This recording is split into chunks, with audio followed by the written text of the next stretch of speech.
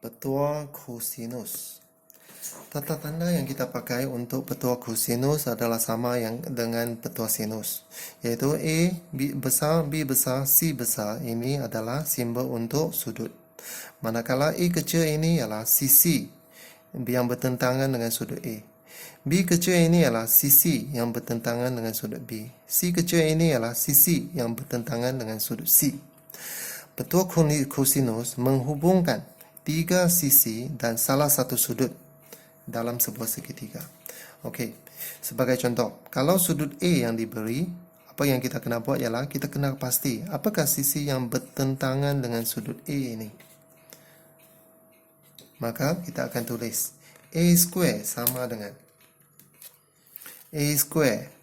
dengan sisi yang lain B square tambah C square tolak 2 BC.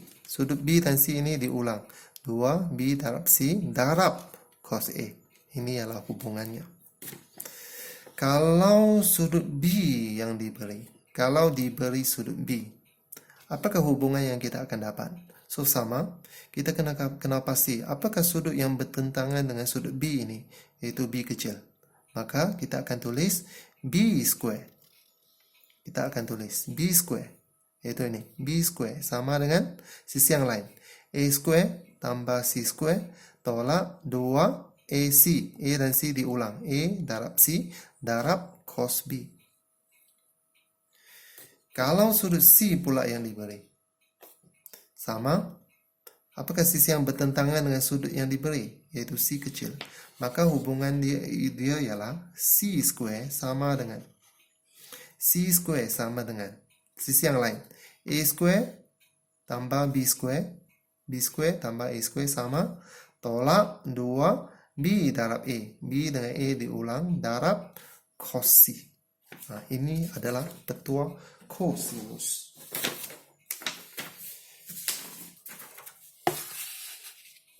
Dua situasi yang kita menggunakan petua kosinus. Situasi yang pertama, apabila kita diberikan dua sisi dan satu sudut kandung. Dua sisi dan satu sudut kandung. Ini ialah sudut kandung di antara dua sisi.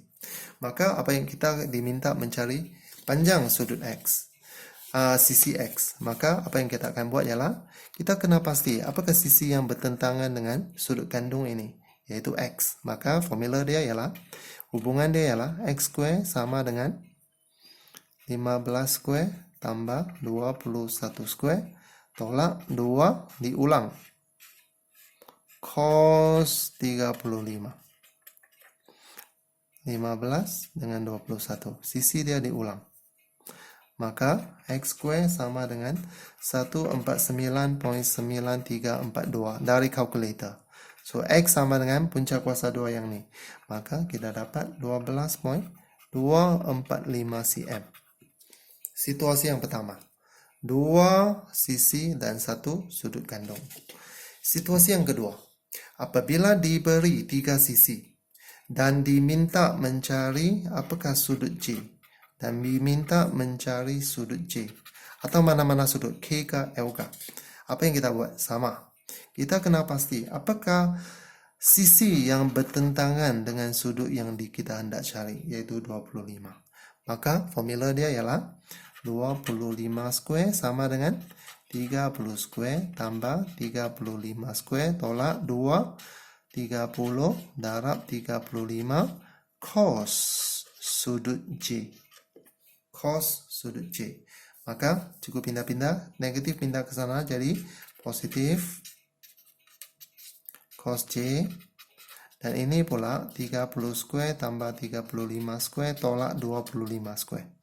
Apakah cos J? So, cos J ialah 30 square tambah 35 square tolak 25 square bahagi 2 darab 30 darab 35. Satu kali kita tekan dari kalkulator. Jangan tekan terlalu banyak kali. Satu kali kita jumlahkan yang ni. Ini ialah 0.7143. Apakah nilai J? Nilai J kita dapat dari kalkulator, iaitu kita tekan shift cos 0.7143. Apa yang kita dapat? Kita dapat 44.41 darjah. 44.41 darjah. Ini ialah dua situasi di mana kita menggunakan petua kosinus.